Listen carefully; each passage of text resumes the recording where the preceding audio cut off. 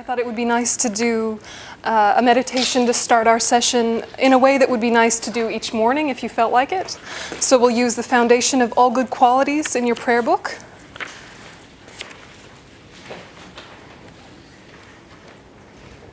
It's on page 23.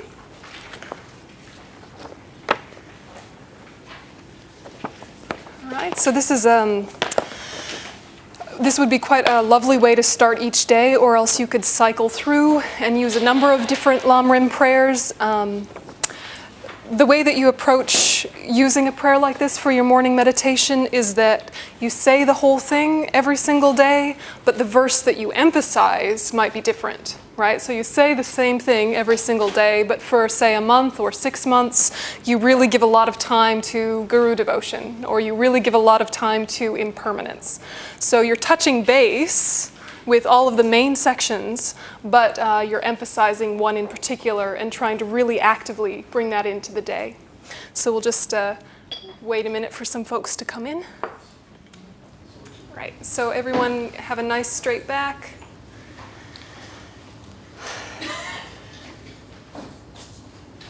And take a few minutes to breathe into the posture, breathe into the room, letting go of the busyness that came before.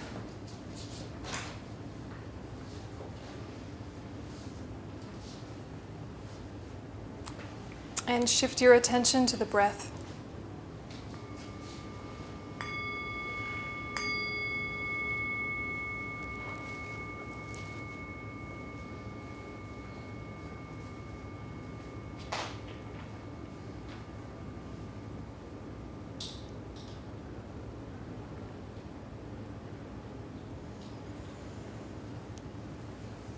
And just using the breath as a way to slowly unhook from your distractions, to gradually sharpen your focus.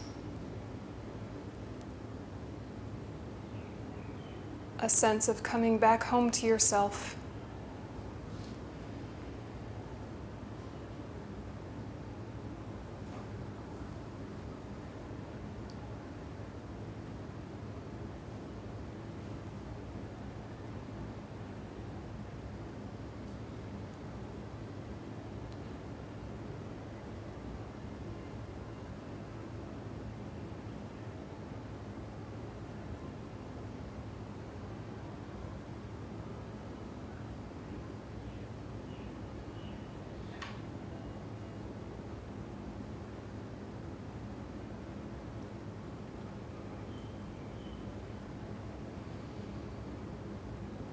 And your mind might feel very busy, or it might feel very dull. And either way is no big deal. Just decide to focus on the breath only. Everything else is background noise.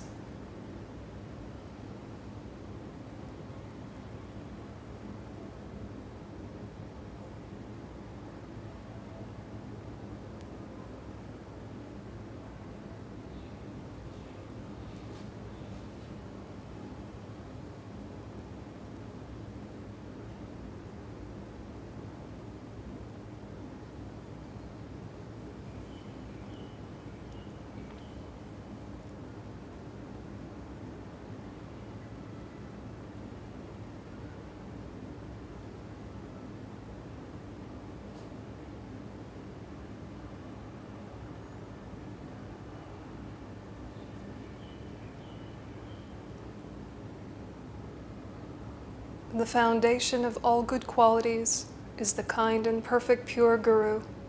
Correct devotion to him is the root of the path. By clearly seeing this and applying great effort, please bless me to rely upon him with great respect. Bringing up into your mind the teachings that you've heard on relying on a spiritual mentor. What does that mean to you so far?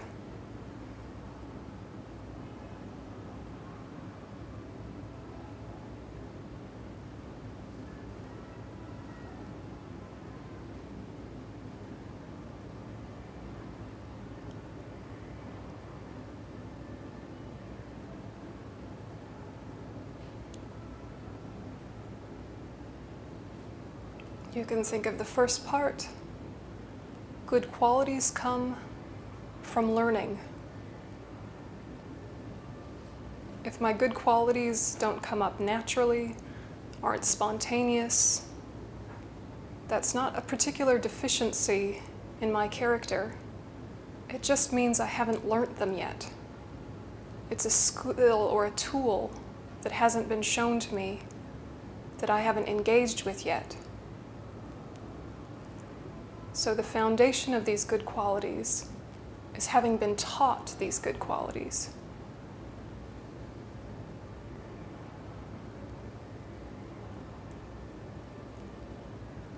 Compassion, kindness, wisdom.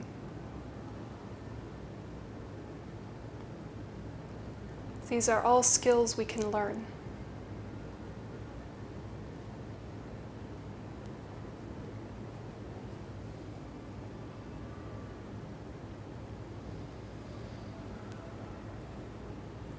What is correct devotion? Is it blindly following without question? Or is it an active collaboration between the inner guru and the outer guru?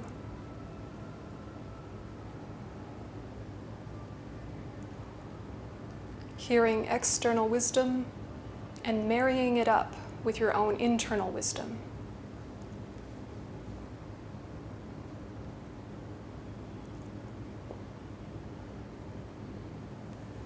That is correct devotion.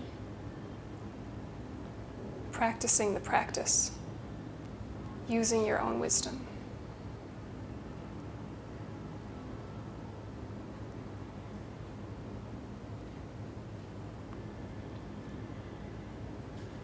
Therefore, I rely with great respect, not because they need my respect, but because it makes me open and receptive and listen.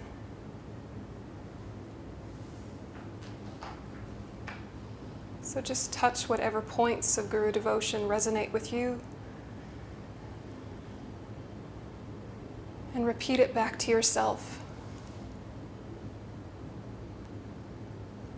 letting the points stick.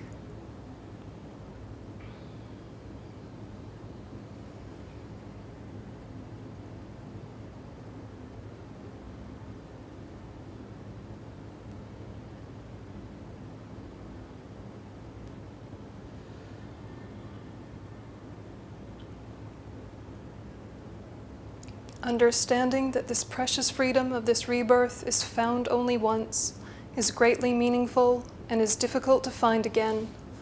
Please bless me to generate the mind that unceasingly, day and night, takes its essence.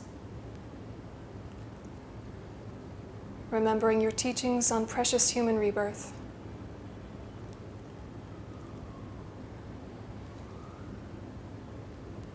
That you will never have this particular life ever again.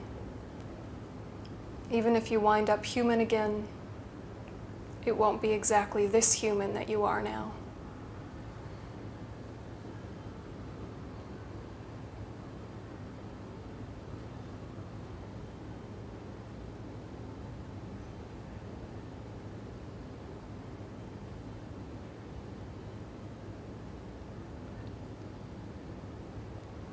And it took countless positive causes to have the health, intelligence, resources, openness that we have today.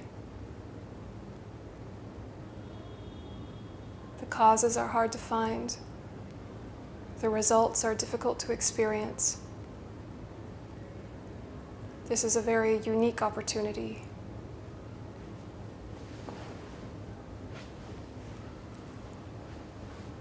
So just try and touch the reality of your precious life.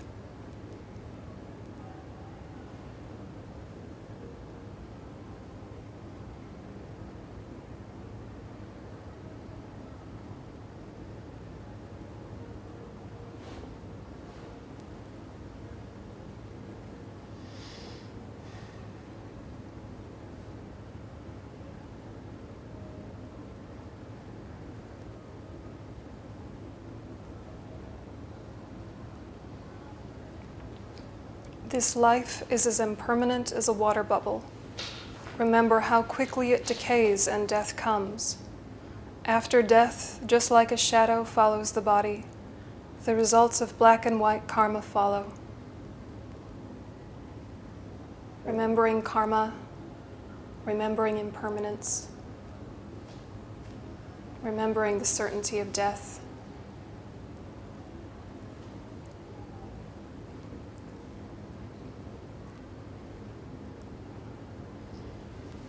Trying to bring back any moments of insight you had about those topics, reinforcing them.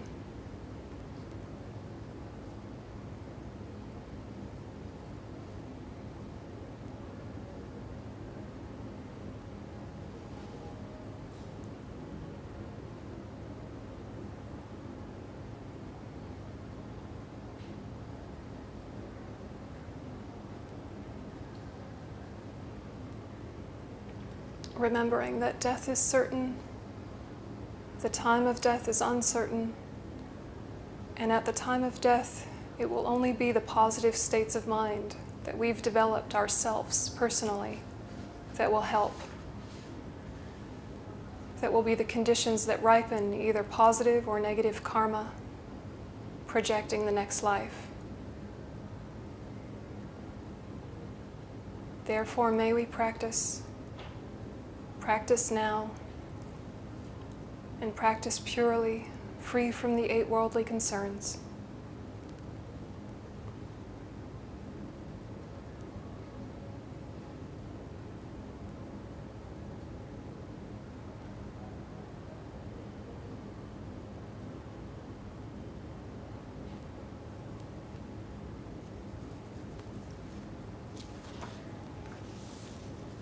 Finding firm and definite conviction in this, please bless me always to be careful, to abandon even the slightest negativities, and accomplish all virtuous deeds.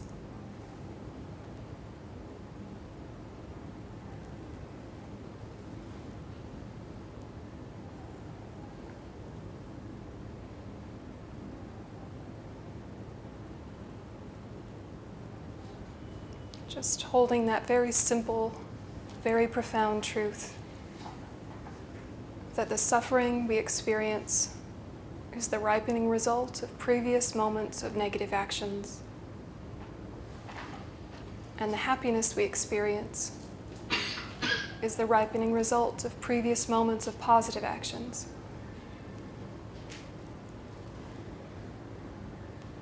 Therefore, how I respond in this moment is creating my future.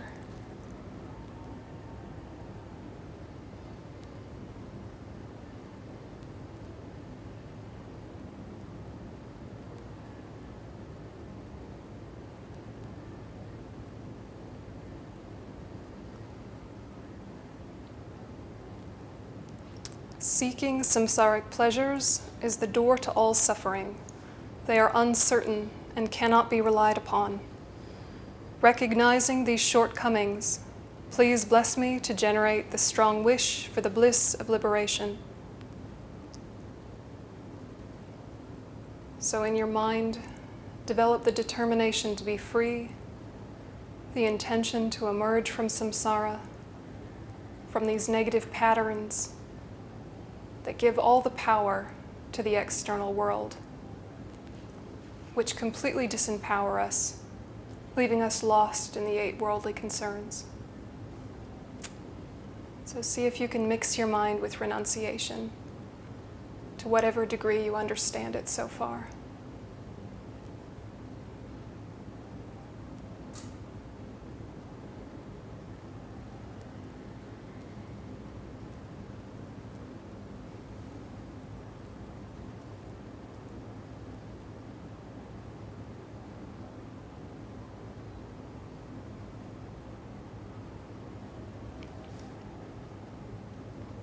Led by this pure thought, mindfulness, alertness, and great caution arise.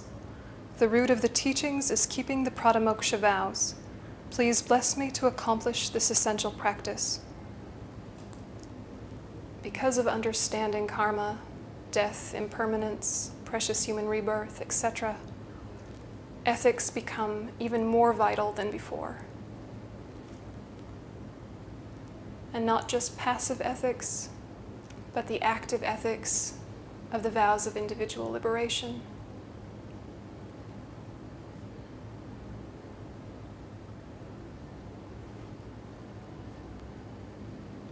How incredibly precious even one vow not to steal, one vow not to kill,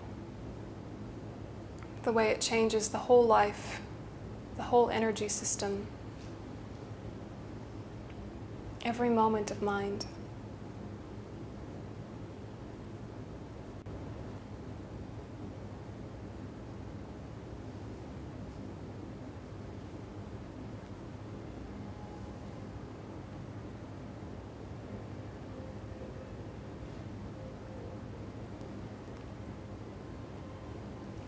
Just as I have fallen into the sea of samsara, so have all mother migratory beings. Please bless me to see this, train in supreme bodhichitta, and bear the responsibility of freeing migratory beings.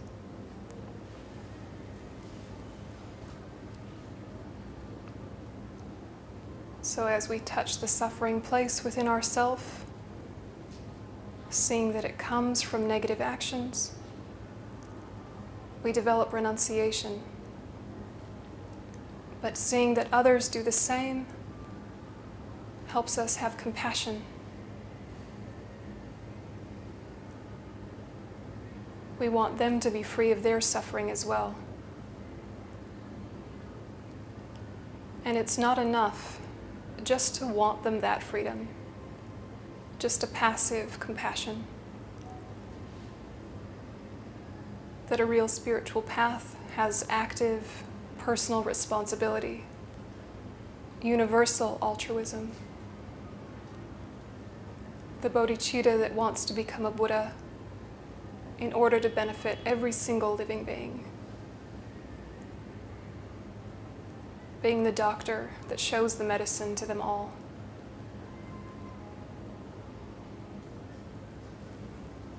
So touch the concept of bodhicitta as best as you understand it so far. What does it mean to you?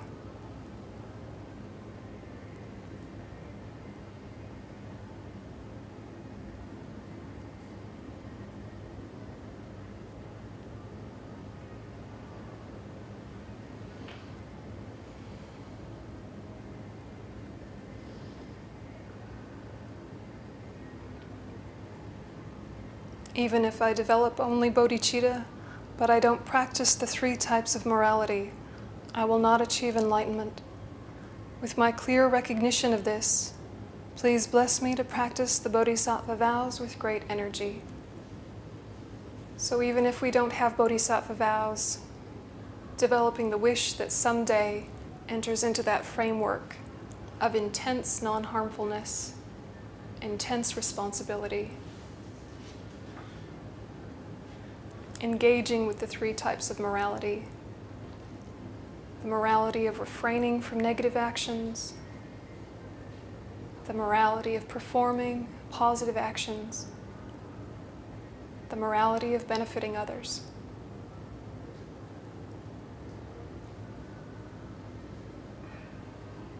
Heightened ethics.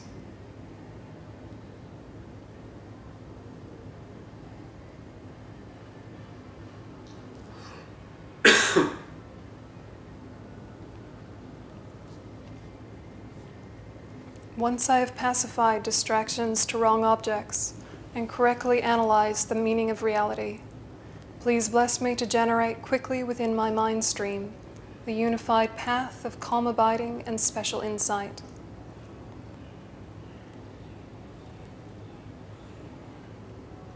If I want to become a Buddha, I need to be able to focus single-pointedly.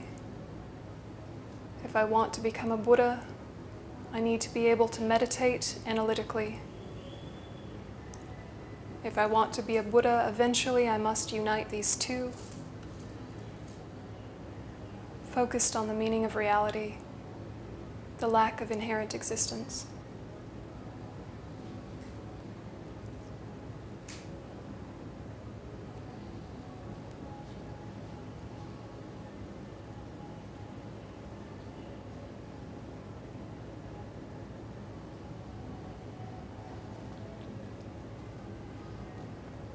having become a pure vessel by training in the general path, please bless me to enter the holy gateway of the fortunate ones, the supreme Vajra vehicle.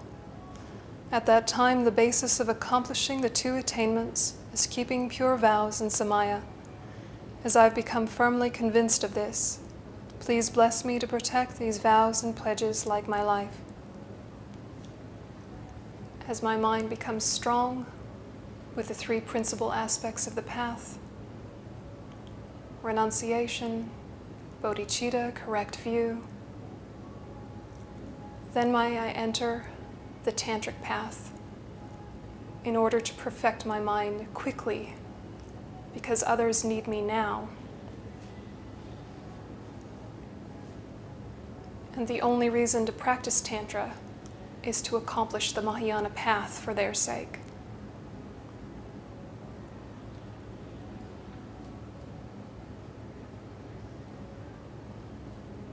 Tantra without bodhicitta is not real Tantra.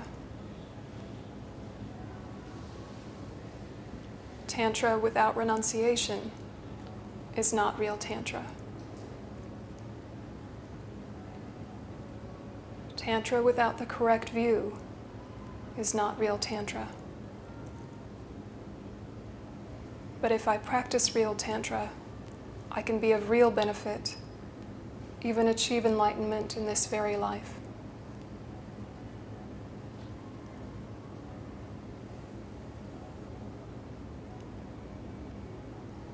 But if I decide to do this, I must have a commitment to protect my vows, pledges, samayas.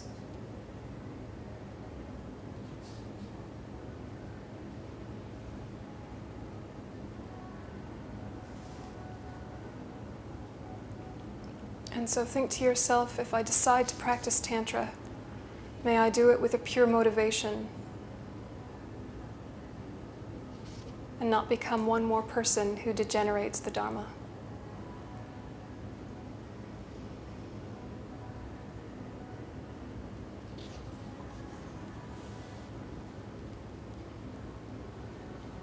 Then, having realized the importance of the two stages, the essence of the Vajrayana, by practicing with great energy, never giving up the 4 sessions, please bless me to realize the teachings of the Holy Guru.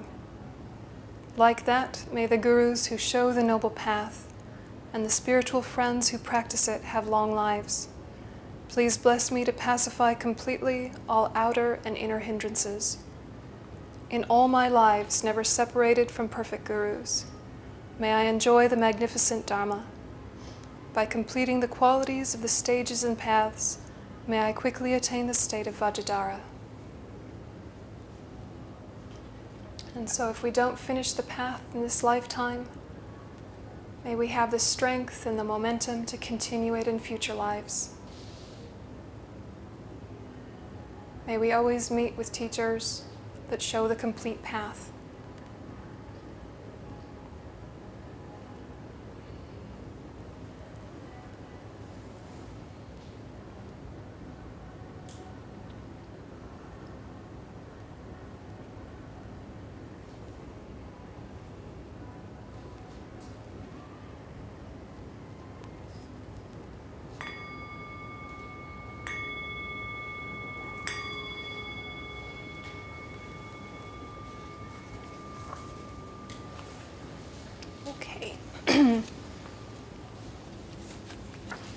Okay, so if that was your morning, then you could leave it at that if you wanted to, or you could then do some particular practice that you already have developed energy with.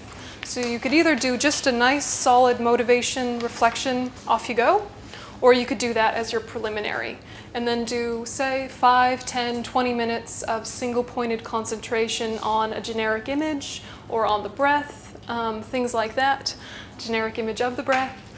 So you could do a single-pointed meditation, or you could move on to, say, if you have a connection with Tara or Chenrezig, you could do a deity practice after that. If you wanted to do an analytical meditation on emptiness, you could do that. So if you have kind of like a practice that you're working on, you could do that after this preliminary. But this preliminary can be its own practice. right? So if you're not sure really how to launch your day yet, that prayer alone is enough to really orient you in a very positive way. It's firing up all the things you've already learned in all of your classes. And there's definitely pieces that make no sense to you, but I'm guessing there are pieces that do, right? That remind you of some real wisdom you touched in a class way back when, or a book that you read once upon a time, right? And even just by remembering death at the beginning of the day, you start to bring up better priorities. Do you know what I mean? So this can be first thing, fall out of bed and do it, or you could, have your shower and your breakfast and stuff like that first, depending on the way that you wake up. Some people wake up nice and fresh, some people less so, like myself. So I need some coffee myself before I do my practice. But, so you just see how you go. But think of what is a good way I can launch my day so that I carry my practice with me. Yeah, that's the essence. So if this particular prayer isn't your cup of tea, you can use something else. But do you understand this approach of using a prayer as kind of your outline or your scaffolding to kind of get yourself oriented? Did anyone try during the last couple weeks to do it by yourself? And if so, how did it go? Yeah? I must be frankly speaking, I wasn't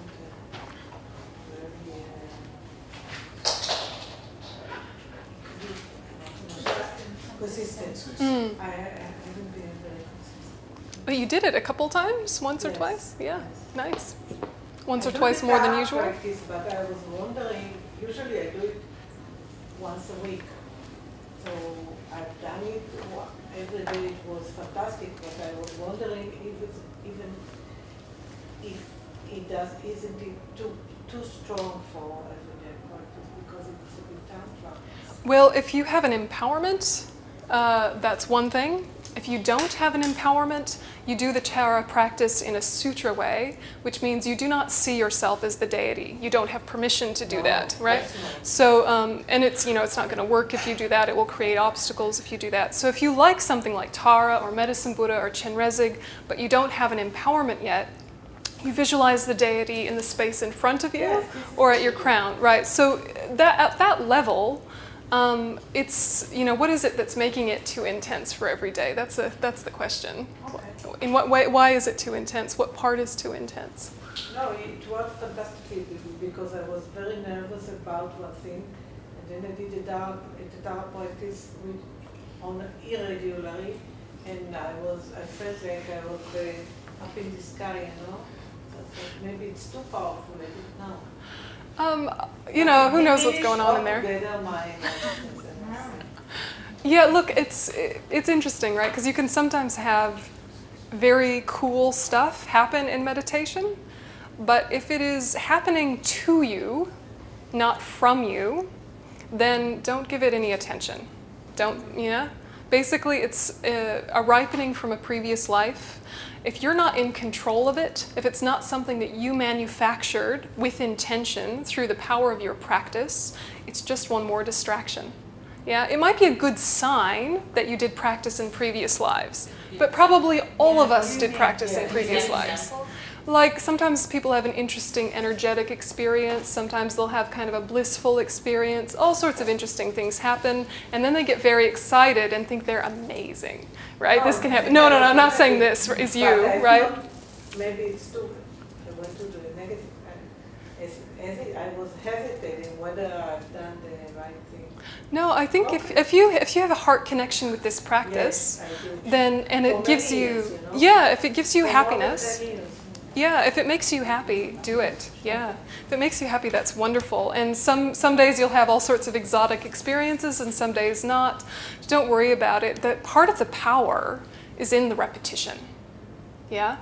And when interesting things happen, sometimes that's a good sign. Sometimes that means you're focusing very well and different things are happening. But don't get too excited about it, because you'll kind of ruin it for yourself, right? And don't talk about it. Please don't talk about it. Yes? No, I'm just using this as a time, right? I'm not talking to you, right? I'm saying just this is a good opportunity to discuss these things, because I hear y'all say all sorts of weird stuff and it freaks me out, okay?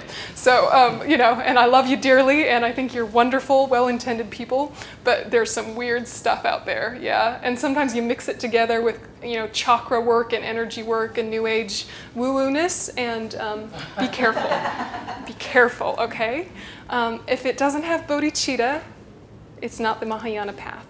If you're not doing it to develop in order to be of benefit to others, it might just be one more trap to keep you in samsara.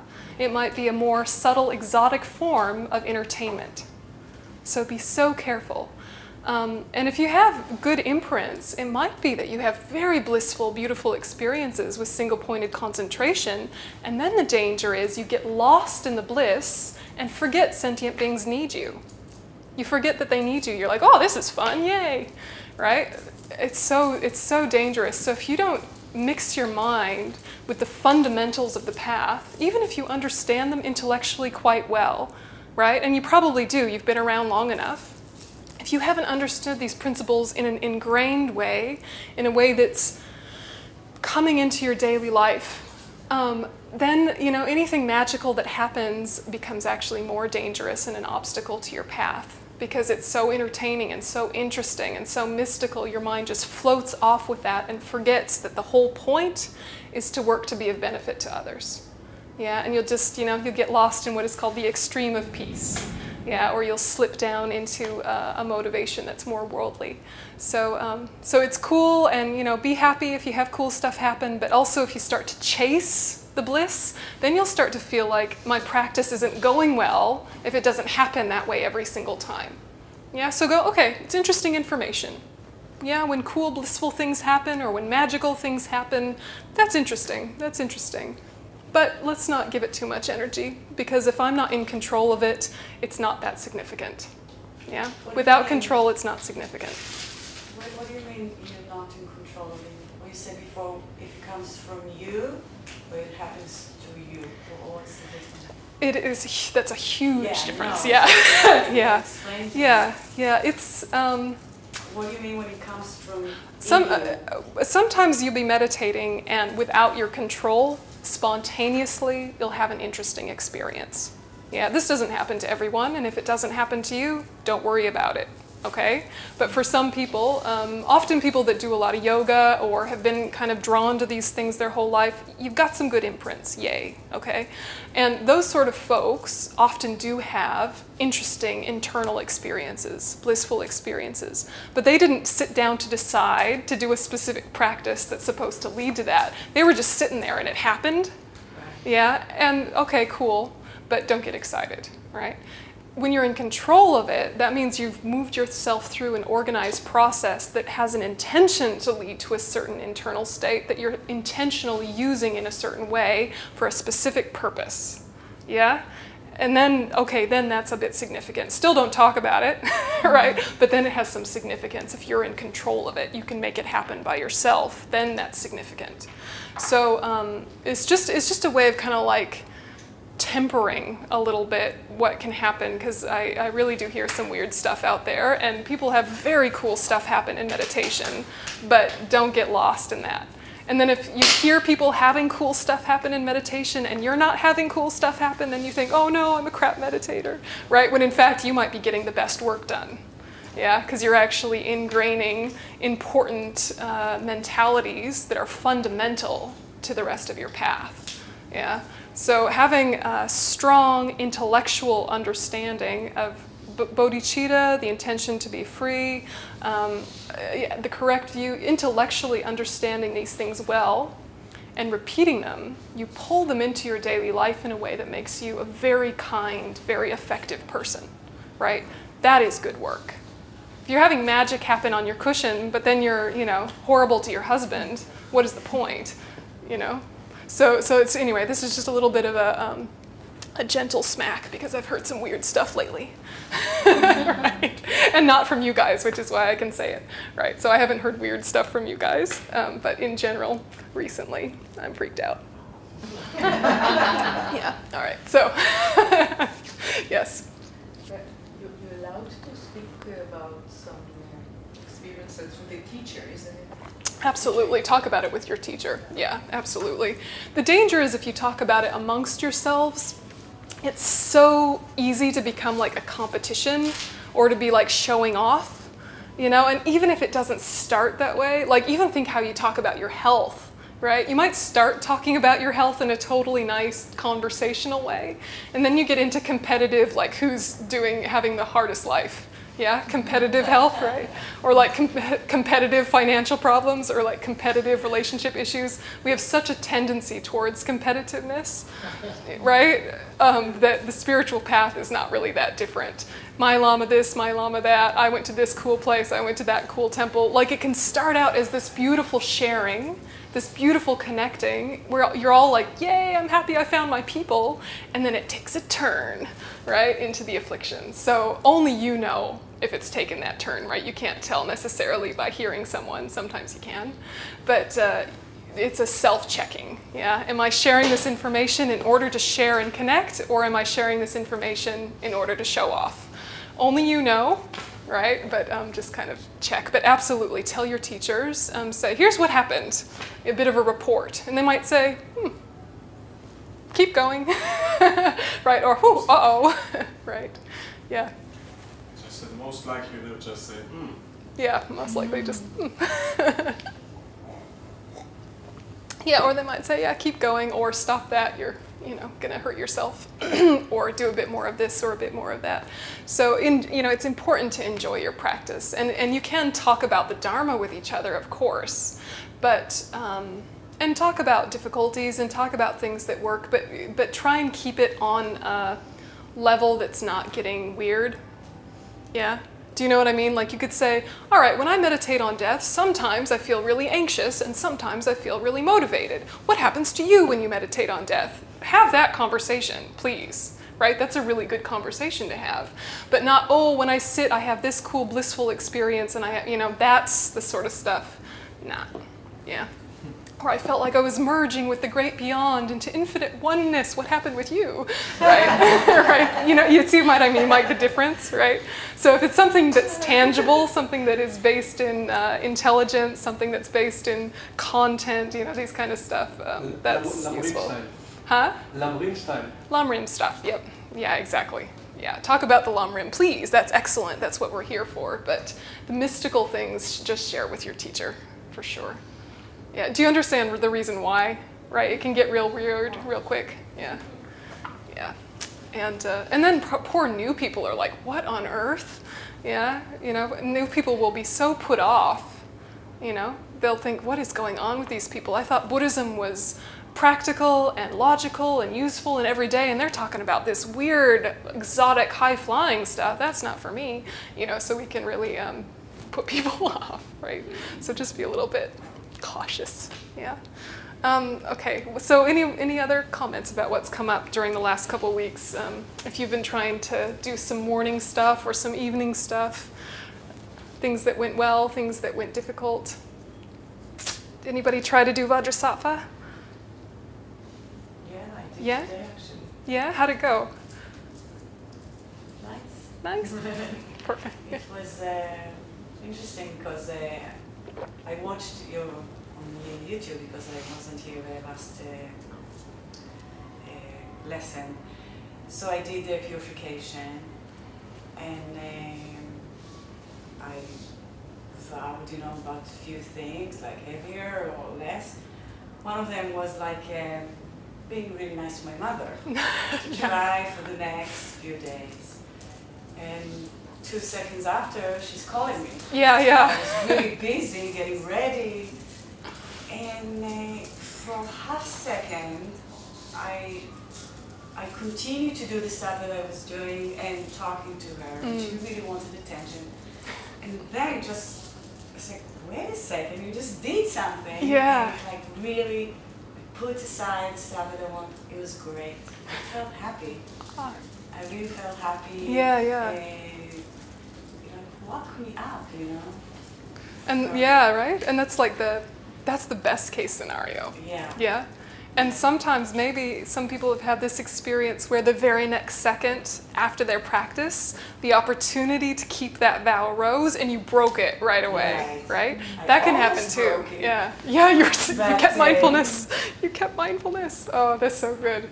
But also if the opposite happened, it's not a bad sign either. It's almost like you're provoking yourself a little bit, right? If you say, I'm not gonna, I don't know, yell at my mother, and then your mother calls, you could have just as easily yelled at her, right? Almost, sometimes even worse than normally, because there's this internal rebellion that can get triggered when you try to change a habit. So if anyone had the opposite experience, you had the best case scenario, which is so great when this happens, that you actually stay mindful. Yeah. But the opposite can happen just as often, where you're almost worse than when you started because you're kind of provoking and confronting a real behavior. So don't get down on yourself if that happened too, right? It's a sign that you're actually bringing stuff up and you are confronting stuff. So you'll have these moments of celebration where you held steady and it's like, yes. And then you'll have these moments where you backslid. And that is also useful information, right? So whatever happens, good or bad, happiness or suffering, you say, I can take it on the path. It's useful information either way. Yeah, and to remember when you do these purification practices, it's so useful to also rejoice at the end of the day.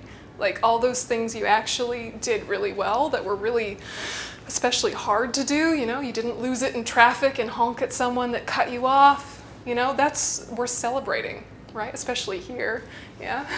You know, any little moment where you chose the path instead of the afflictions is huge, right? It's huge. So, you know, yes, you're doing your purification, but make sure you also do your rejoicing because it will keep your mind happy. You know, in those moments where you held steady to your promise, they can be really reinforcing and help you with momentum.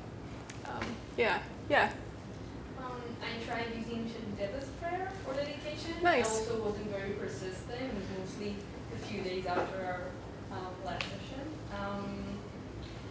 I feel like I can't really say whether it made a difference or not. Maybe, I don't know, maybe I should do it differently. Maybe it's just about like maintaining the practice. Yeah. I also tried to, same with Sigal and her mother, there's like, I was meeting a friend that like I love dearly, but she irritates me quite a lot, and I said, okay, I'm not gonna like go there, and I felt like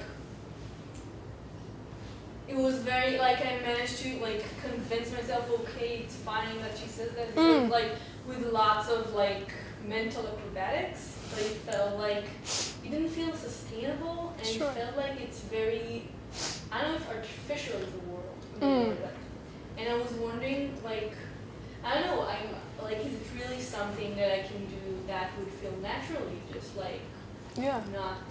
not go there, like not get irritated and then say, okay, but it's fine, I shouldn't get irritated, etc., etc. Well, you know, it's a process, isn't it? You know, and to say to yourself, I shouldn't get irritated, that's hard, right? That's being a bit hard on yourself. To say, I can manage my irritation differently, you know, that's an approach that's more sustainable.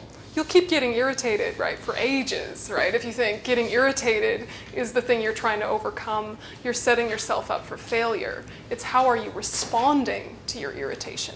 Are you feeding it, or are you letting it die a natural death? You know, if you think you're not allowed to ever get irritated ever again, you're going to stop purifying after one day, because who can sustain that? No one, right? It's about your response. And part of what makes it feel artificial is how much you've identified with your current behaviors and decided that all your current behaviors are you. And you didn't have all your current behaviors your whole life. A lot of them you learned just in the last 5 years. And yet now they suddenly feel so solid, so intrinsic to you. You know, this is just who I am. It's like, no, it's just who you are today, yeah, recently. You know, it's a behavior that's evolved since you became an adult or whatever, right? So the feeling of it being artificial is an interesting piece of information to explore. Like, who is it that's feeling this artificialness? But also, you don't want to pretend to feel something you don't, right? We don't want to jump over our negative states of mind. We want to use them differently, right? So if you say, I'm not irritated, la, la, la, la, I actually love this person and everything they're saying, you know, that's not going to work, right? You're going to blow a fuse. right? Yeah, but if you've ever tried to do that, right, you just feel this kind of inner, like, sickening sweetness, or like, oh, this is such nonsense. You know, it feels horrible to be inauthentic in that way. What you say is, I am totally irritated. I am so irritated right now. Wow, she's just going on and on again with that and that story. I get it. All right, we've heard it. I'm irritated. It's probably your mother, right? Yeah, right. You know, you say, okay, but last time I shut her down a bit too abruptly, or last time I got myself really worked up wanting her to shut up, and I changed direction too abruptly, or I inserted myself rudely, or whatever happened. Even if you were perfectly polite, your mind got all stirred up. What you're saying is, all right, I'm totally irritated. How do I respond differently to irritation? Respond like Internally. mentally, Yeah, not just internally. behaviorally. First internally. And you might wind up saying the same thing as last time, but you're now saying it out of kindness instead of saying it out of irritation, right? What you actually do is, that's kind of up to you day by day, your common sense, your wisdom. What you're trying to do is change your inner mentality so that you're not so stirred up, right? Because negative states of mind are uncomfortable. Of course, they lead to actions that hurt others. We don't want to hurt others. But just having irritation is not comfortable, right? Like, it's not a fun feeling to be all kind of stirred up. So you do it for yourself as much as for them, right? And, so the way you respond to irritation, the first thing to do is to catch it, right? Just notice, this is irritation. Look what irritation does when it lives here. It makes me all jittery, it makes me want to say things, it makes me all kind of like impatient and fidgety. Look at what it does to me. You're sort of noticing that. And sometimes just noticing that is enough for it to fall apart. Yeah. And the times that it's not, you just try and keep your background observer, your introspection, watching the whole process. Because it's very difficult to continue to do behaviors that part of you knows don't make sense. Yeah? They might still have enough power through habit to keep happening, but if you can see yourself in the middle of the old habit, it ruins its momentum. Yeah? So, it is a bit of mental gymnastics, as you say, definitely. It's some mental gymnastics, but it doesn't have to be anything that says, I shouldn't feel blah, blah, blah. It's like, you do, too late. Should or shouldn't isn't really the conversation. You do. How are you responding to it? So how do I let it die, as you said? Yeah. How do you let anything else die? No, but the question is, convince myself. This is a really good point. I've been battling with this week, because what is the difference between letting something die and not? I mean, you can say, I'm not angry with the fact that I'm blah blah blah blah, and just let yourself loop over things and you get irritated. And it's one thing not to respond to this, but another response is actually being swept to it because you're not doing anything. But being swept away it still has a level of passivity to it, right? To let something die, you need to not feed it, right? And irritation will tell you why it's fair enough to exist. That is the food of irritation, is self-explanation, right? Self-justifying. It's only fair I feel this way because they did this and this and this and this and this and this. And then as you start to list it, you'll come up with more reasons and historical reasons and unrelated reasons from other people who are of a similar type, and get yourself completely convinced that you can't be anything except irritated. Yeah? What you're trying to do is to let it die a natural death by not giving it that food. You say, actually, all right, it made sense that it arose. There's a million reasons why. Let's let it be. Let's not give it anything extra. So I actually shouldn't try to convince, like the mental gymnastics, I shouldn't do that. I shouldn't try to convince myself not to get irritated because that's easy. Look, the analytical meditations you do should be when you're at peace. And if you do analytical meditations when you're at peace, then the wisdom you touched there inserts itself in the heat of the moment. In the heat of the moment, inserting analysis often makes it worse, right?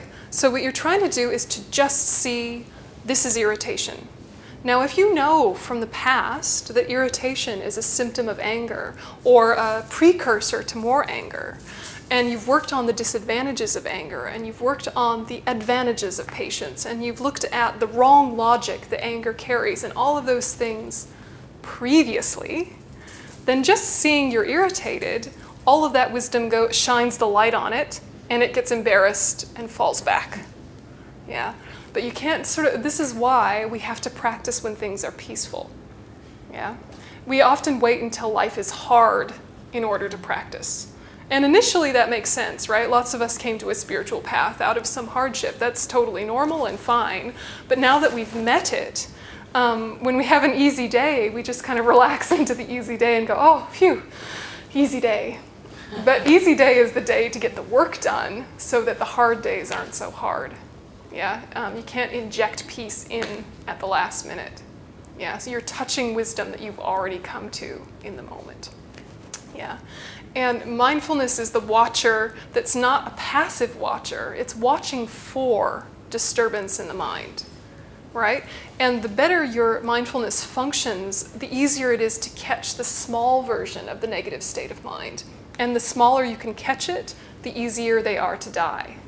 Once they're fully fledged, you have to think of your disturbing emotions the way you think of intoxication. Right? The same way as if you're already drunk, you can't force yourself to be sober, right? You could have you could have coffee, you could have a cold shower, but if you are really drunk, you can't force yourself out of drunkenness, can you? You have to just say, okay, I'm drunk, no driving for you. Probably don't email or text anyone right now. Sit on your hands, just wait for it to pass, right? Right? You can't force yourself sober, but you can have a little sliver of awareness that sees that you're drunk. Yeah? You're the most dangerous drunk if you don't know that you're drunk. Right? That's the dangerous drunk, is the one that doesn't know they're drunk. Yeah. So if you know a disturbing mind is present, if you know anger is present or attachment is present, then you become like a lucid dreamer or like a drunk with awareness. And you don't do the same negative actions as always because you know you're not reasonable right now.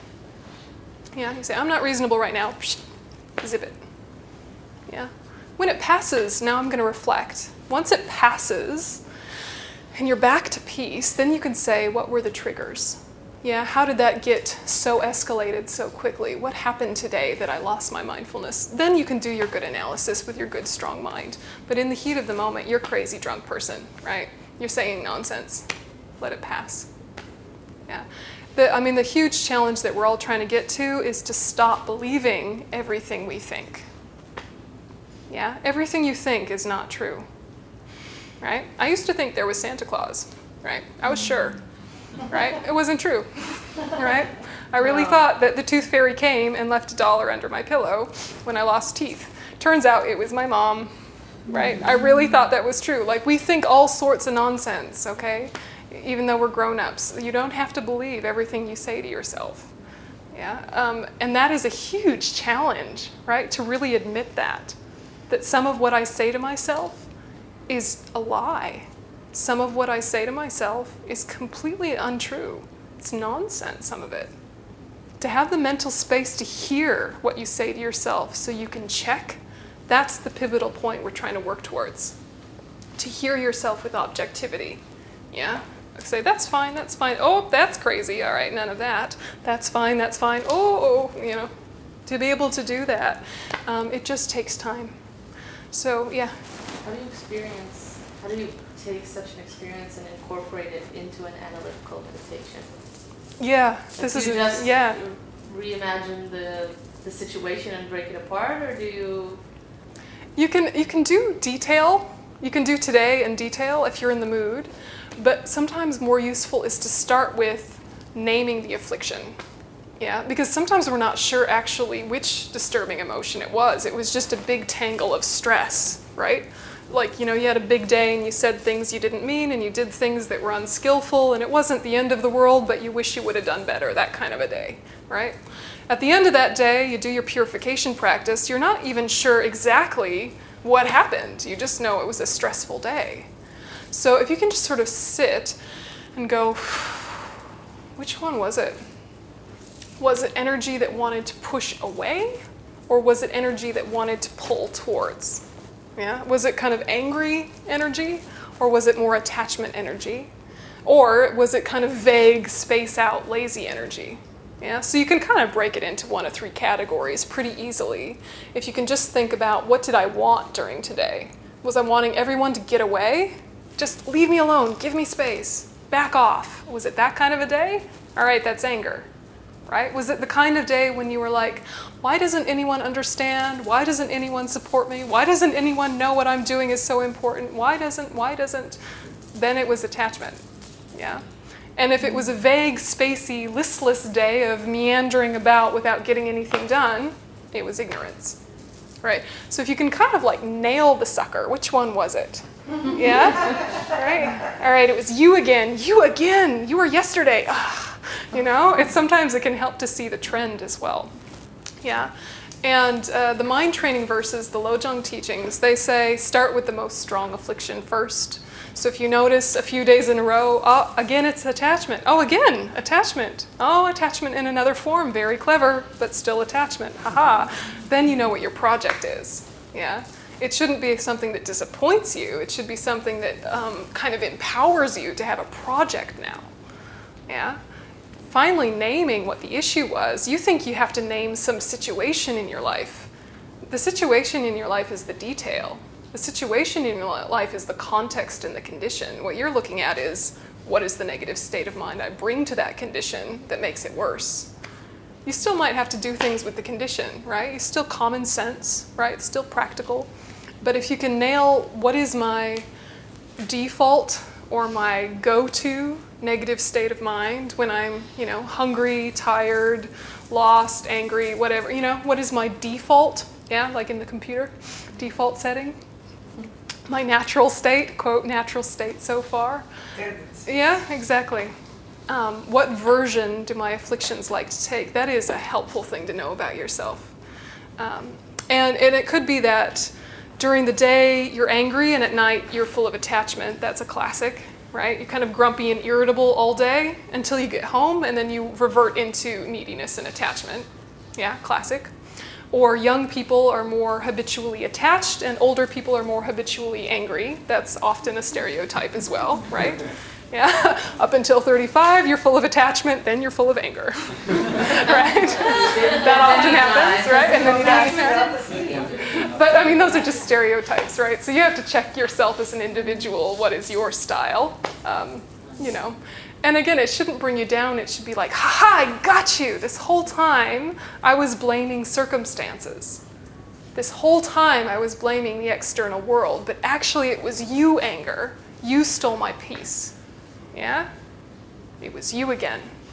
And then you can think, all right, what is that anger about? Then you can do the detail work. But sometimes if you start with the details, you get lost in the details. If you can come to what was the affliction, then you can go to the details, and it's sometimes more effective and you have a bit of objectivity. You can think, okay, I was angry. I was angry about this, this, and this, and this, all right? Those things are true, but why was I angry about them? To be able to do that disconnect that goes, all right, it's fair enough that that needs to happen differently and that person is rude and needs to be spoken to. That's all true things, but why was I angry about it? I had an expectation that wasn't met. Was it a fair expectation? Did my anger actually come from an attachment that didn't get what it wanted? Oh, interesting. Then you can do that kind of processing on your cushion, and it's really useful. But, you just have to experiment which direction is better for you. To first name the affliction and then figure out the details that encouraged it often is a better approach than doing details first, because details are endless. Yeah, and you can just sort of lose yourself down the rabbit hole of why, and you'll never get to the bottom of it, right? Beginningless time, right? Even if you wind up, it was my mother. No, but it was my mother's, right? Right? You'll never get to the bottom of it. So sometimes context is helpful, but know that you'll never really get to the end of the context unless you get to the end of your, the sort of first moment of consciousness, and it's beginningless. So, do you know that feeling though when you're trying to figure out why? Why did that happen? Why? Where did it come from? Where did it come from? You will never get to the bottom of it. Get a few layers down, it's interesting, it's good for context, but then kind of leave it at that. It's variations on a theme, you know? It's variations on a theme. It can be just empowering to try and figure out every single reason why you did a certain thing. You'll never really find all the reasons. What you want to look at is, was that response helpful or not? You know, make it nice and simple. Was that effective or not? Yeah. Is that, I don't know if that helps, but pull it apart in the right way. Yeah. And so then the next day you say, all right, so my project is my anger issues at work. The details at work may or may not change. My interactions may or may not change, but my project is, how do I not get triggered at anger when I'm at work? Or maybe that's too broad, how do I not get triggered by anger with that person at work tomorrow only, before lunch, right? You know, like make it practical. Yeah. Anyone else have Vajrasattva or related ideas, questions, experiences? Yeah. Do you understand why sometimes just after meditation or even after a few days of meditation, then when you go out, you become angry more easily? Yeah. I would recommend you read Pema Chodron, the chapter called Heightened Neuroses. It's really common that as soon as you start to look at yourself, it's like you got worse. Now, you may get worse, but actually more likely is that you finally see what you've always been doing. And it seems like you're getting worse, but actually you're just now noticing it. And if you were to say to your best friend or to your partner, hey, I've just realized that I do this and this and this all the time, and I just don't, this is crazy, why am I doing this? They will say, you've been doing that for 20 years, this is not news. You know, it's just finally occurred to you, you've finally noticed it. So this feeling of getting worse often is actually, you've finally seen it. Yeah, because you have enough mindfulness to watch yourself. That's one option. The other option is by stirring the pot, it triggers all of our old historical self-loathing, low self-esteem, defensive pride issues, and we start to rebel against our best intentions. Yeah, this feeling that often happens after people come out of rehab, right? Where their friends want to pull them back into the dark side, right? Have you ever met anyone just out of rehab? And their old friends want to immediately take them out for a beer, you know? And it's kind of like internally, we're sort of going through an internal rehab when we meet the Dharma. We're rehabilitating ourselves from the negative states of mind. We're trying to break our addiction to negative states of mind. And then we have these our negative states of mind are like the dodgy friends that are like, come back to attachment, come back to anger, you are safe here, we know you. Yeah, who's to say you can be perfect? You can't be perfect, just indulge, right? So, you know, it's like our negative states of mind are like the dodgy friends trying to give us a beer after rehab. Yeah, and so there's this kind of internal dialogue between your wisdom mind and your afflicted mind. And when you finally start to address your wisdom mind, your afflictions are scared because they're about to lose power. Yeah, you could call it your ego, right? Your ego is scared, it's losing life force, so it flares to life. Yeah. Maybe deeper rooted. Absolutely. Yeah, I mean, so many different levels could be operating. But, Sankaras, yeah. when you start working with the deeper. Absolutely. Or like a healing crisis, right? You get worse before you get better. Sometimes it can be that. You know, it's interesting if you place a restriction on yourself that is something that you actually already do, but now you decide, it's like your ego starts to freak out a little bit. So say you've taken the vow not to kill, and generally you were so careful with animals and so careful with insects, and you're not in the army anymore, and you're not killing anybody, and you haven't for years, and now you've taken the vow not to kill. Sometimes that very day will provoke something where you become kind of careless and you kind of dismissive of life, and it kind of freaks something out in you, even if for 6 months before you were doing really, really good. The act of making a promise or a decision scares your ego. It really does. And so it will sort of flare up. I was thinking different. Yeah, what were you thinking? I was thinking that after when you go to retreat, for example, Yeah. then you you're not so much provoked. So when you go out and you take the bus and somebody, I don't know what he's doing, Yeah. then it's just like you didn't practice it for a while. Yeah, yeah, So yeah. You're out of the world. Okay. It can be that, although, lots of retreats, you're worse than you are in your daily life. Yeah, because retreats, you don't have the everyday distractions. And the distractions, for us, are a way of being comforted. Yeah, we soothe ourselves with distractions. We don't even realize how much we soothe ourselves with distractions. Our phone in particular, right, the way we fiddle with our phones, it's sort of a way of self-soothing. And it's soothing of a very basic kind of dissociative way, right? Of there is so much going on in my life, there's so much going on in my mind, it is completely overwhelming, but this thing I can control, this tiny device I can control, so I'll just scroll and try and find some happiness there. Scrolling for happiness. There's a link, that's gonna be happiness. Oh, it's not, okay, scrolling, right? And it soothes us on one level while agitating us on another, because it's just now more sensory stimuli that we have to process, like TV, right? So it's soothing one level, kind of the animal mind, but then the other levels are actually less able to cope because you've given them more information to process. And so afterwards, there's part of you that's relaxed and then part of you that's even more tired. Yeah. So retreat is saying, I'm not going to look at these normal distractions and I'm going to try and focus on this practice. So one part of you is very happy, but the other part of you is freaking out because now when you have the existential malaise of all people, you don't know what to do to self-soothe in the immediate, and so people become very fixated on like food, right? Or they become very fixated on their accommodation or something that normally they wouldn't care about, but because they don't have their normal distractions, they become obsessed with things that don't matter. Yeah, it's sort of like a way of not confronting their issues. Yeah, because huge stuff comes up if you do retreat properly, and it's confronting.